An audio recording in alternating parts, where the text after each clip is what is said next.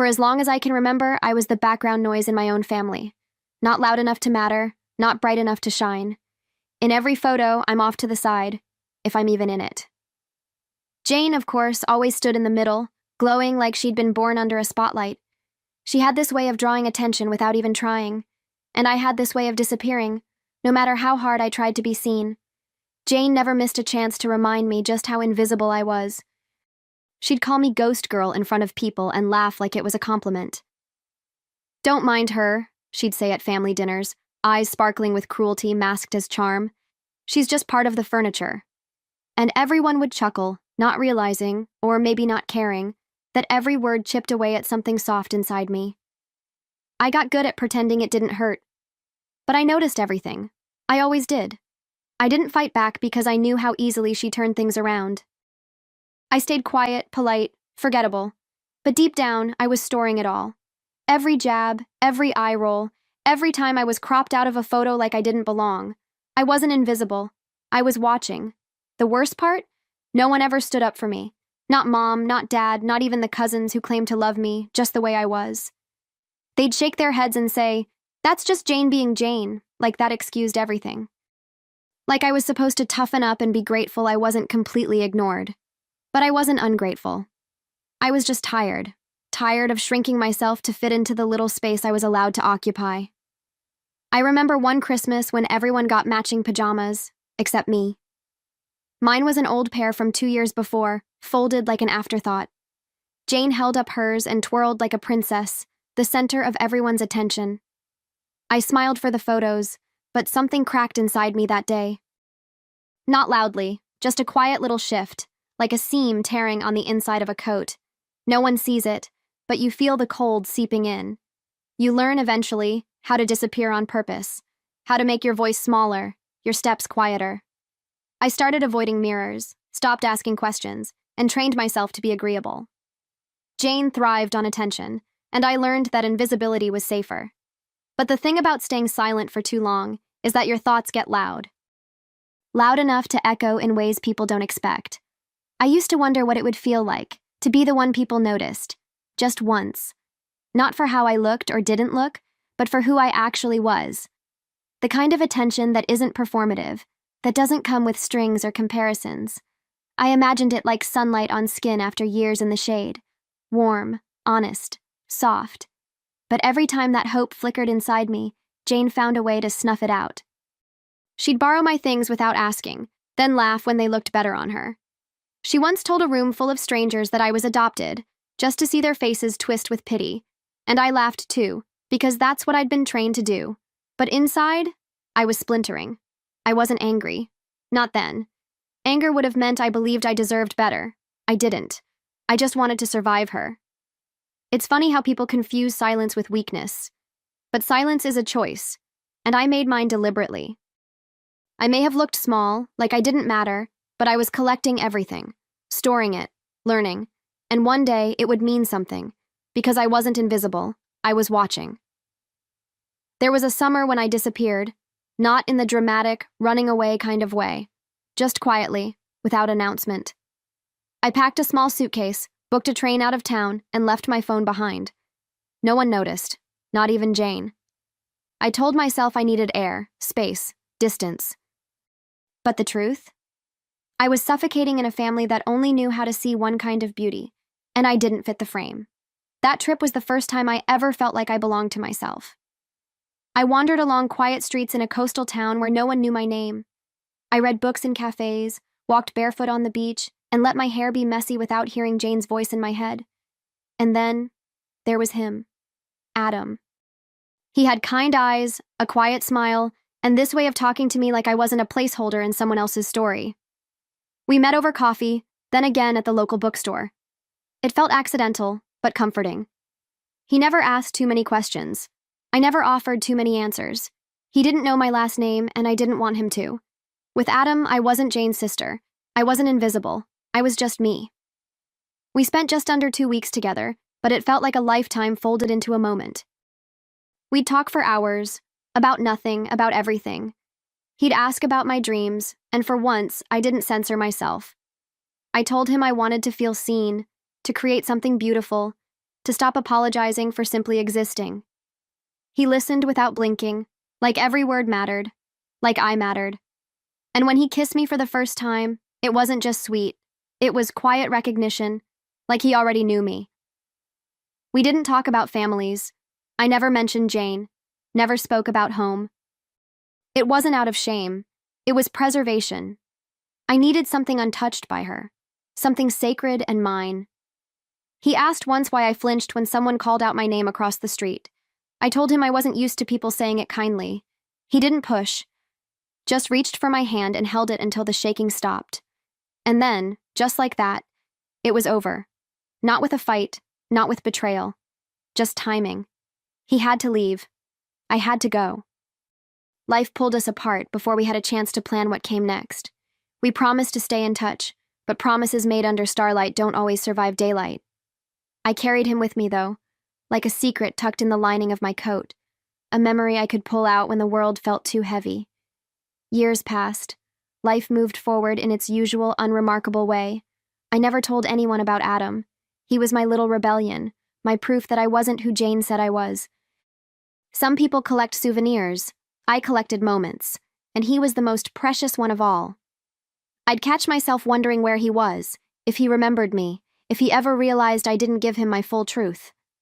But I told myself that chapter was closed, tucked away, sweet and unfinished. Then the wedding invitation arrived. Cream cardstock, cursive gold lettering. Jane's name splashed across the top like it was some royal decree. I almost didn't open it, thought it was just another reminder that I'd be sitting in the background, clapping politely while she took center stage. But then I saw the name beneath hers. Adam. His full name. My breath caught in my throat like a punchline I wasn't ready for. He was marrying Jane. The same Jane who once told me I'd never be loved. The same Jane who made me believe I was nothing more than a supporting role in her perfect story. And he had no idea. No idea that the woman he was about to marry had spent years breaking me down. No idea that we'd met once, in another life, when I was still learning how to be whole. I didn't plan on going. I told myself I'd just send a gift, maybe a card, and be done with it. But something inside me stirred. Curiosity, defiance, maybe even a flicker of something deeper. I wasn't the same girl Jane used to mock. Life had aged me in the best way. I'd grown into my own skin. And the idea of walking into that room, not as her shadow but as my whole self, that felt like justice. So I found a dress. Simple, elegant, the kind that whispered instead of shouted. I kept my makeup soft, my hair down, nothing dramatic, just honest. When I arrived at the rehearsal dinner, heads turned. Not in shock, but in recognition. Like they were seeing me for the first time, even though I'd been there all along. Funny how presence has less to do with volume and more to do with intention. And then I saw him, Adam. Standing across the room, smiling at someone, until his eyes found mine. He froze. No polite confusion, no casual curiosity. Just stillness, recognition. His face went pale, like a memory had just stepped out of a dream and stood in front of him, wearing heels and a calm expression. For a second, no one else existed. I didn't move. Neither did he. There was too much electricity in the air, like the moment before a thunderstorm, when everything holds its breath. I saw it in his eyes, the questions, the flash of something unspoken, the ache of unfinished sentences from years ago. But before either of us could say a word, Jane's voice cut through the tension like a blade. "Do you two know each other?" she snapped, her smile tight and performative. Her hand was looped through his arm, her eyes drilling into me like she could will me back into silence. But I didn't flinch, not this time. I turned toward her, slow and steady, and offered a smile that didn't try to please. "More than you can imagine," I said. My voice didn't shake. I watched her eyes narrow, the corners of her mouth twitch with discomfort. Around us, the room had shifted. Chatter died down. Glasses paused midair. Something had cracked through the facade, and everyone felt it, even if they didn't understand it yet. I could feel the weight of every eye in the room, but for once, I didn't shrink under it. I stood there, calm, collected, fully present. Jane tried to laugh it off, some forced, awkward sound that didn't land. She threw a glance at Adam, but he wasn't looking at her. He was still looking at me, like something inside him had woken up and refused to go back to sleep. No one knew what to say, and that silence became my armor. I didn't need to explain myself. I didn't owe anyone clarity. Jane, who had spent her whole life narrating who I was to the world, suddenly didn't have the script, and I wasn't going to hand her one. Let her squirm. Let her wonder. I'd lived in the quiet corners of her spotlight for too long. Tonight, I was the one casting shadows. I excused myself with grace, leaving Jane mid-sentence and Adam still frozen in place. As I walked away, I didn't rush. I wanted every step to echo. Let them hear it. Let them remember it. I'd been the girl who never spoke up, the one who didn't take up space. But now, the silence wasn't fear. It was choice. And for the first time, silence was my weapon. Later that night, I was alone on the balcony of my hotel room, trying to untangle everything I was feeling, when I heard a knock. I didn't need to ask who it was. I opened the door, and there he stood. Adam. His face was flushed, not with embarrassment, but something deeper.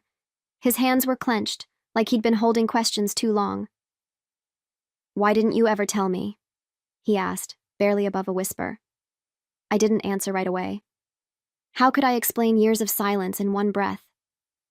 I motioned for him to come in, and for a while we just stood there in the quiet.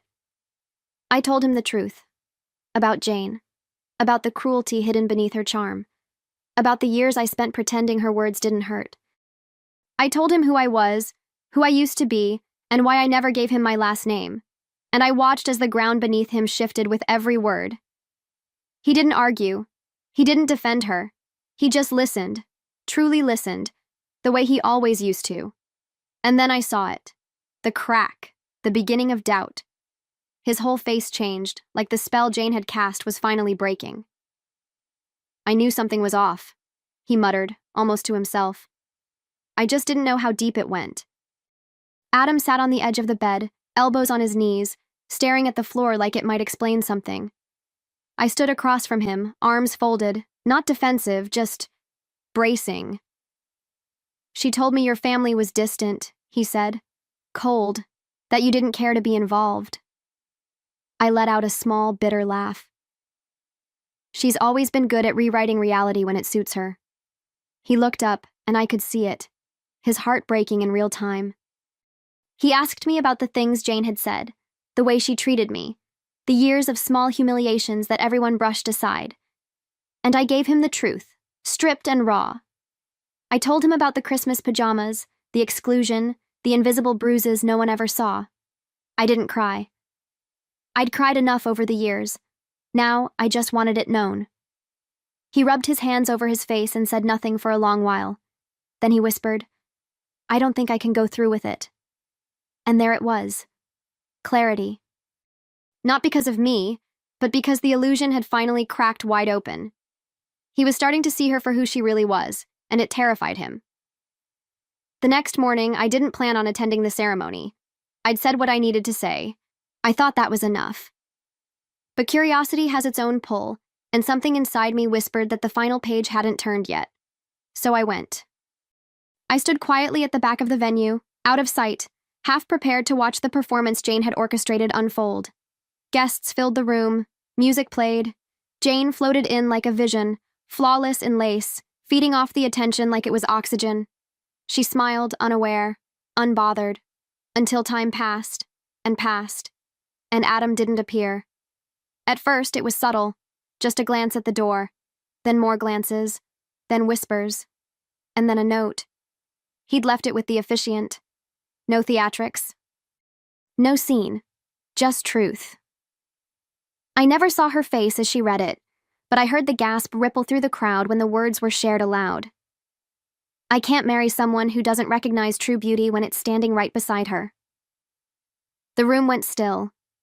And just like that, the perfect day unraveled. The fallout was instant. Jane tried to salvage it, of course, blaming the venue, the planner, the weather, even Adam's fragile emotions. But something had shifted. People looked at her differently now. They started asking questions, remembering things, connecting dots that had always been there, just blurred by her shine. Her perfect image had cracked, and behind it wasn't grace. It was control, entitlement, emptiness. I didn't say a word. I didn't need to. That was the most satisfying part. All my life, I'd been accused of being too quiet, too soft, too forgettable. And yet here I was, still, steady, while her world spun in chaos. Family members who once overlooked me started reaching out, apologizing for not seeing what they should have. I didn't hold it against them. I understood now. People only see what they're ready to accept. And sometimes the truth has to arrive dressed in disaster to be noticed. Adam messaged me a few days later, a long, heartfelt text, said he was sorry for not seeing sooner, sorry for everything Jane had done to me, sorry he hadn't asked more questions. Then he asked if I'd meet him. Said he didn't want to lose the one real thing he'd ever known. And for a moment, I almost said yes. But something in me had shifted too. I stared at his message for a long time, reading it like it belonged to someone else. I remembered how it felt to be seen by him years ago in that quiet town by the sea. I remembered the safety in his voice, the kindness in his hands. And I also remembered how I walked away from that without answers, without him fighting for it. And now, even with everything exposed, I wasn't the same girl hoping to be chosen. So I didn't meet him. I wrote back, simply and clearly. You were a chapter, not the ending. Not with anger, not with regret, just peace. I meant it, too. He had been good to me in a time I needed it most. But this part of my life didn't need a romance to feel whole. It was already whole. I had spent so many years waiting to be wanted, to be noticed. Now, I was walking away, not to hurt anyone, but to honor myself. I left the city a week later. This time, not escaping, not hiding. I didn't sneak out. I didn't apologize. My bags were packed with purpose, my ticket booked in my own name. I hugged the people who mattered. I answered the questions I felt like answering. And when Jane tried to call, I let it ring. People still whisper about what happened.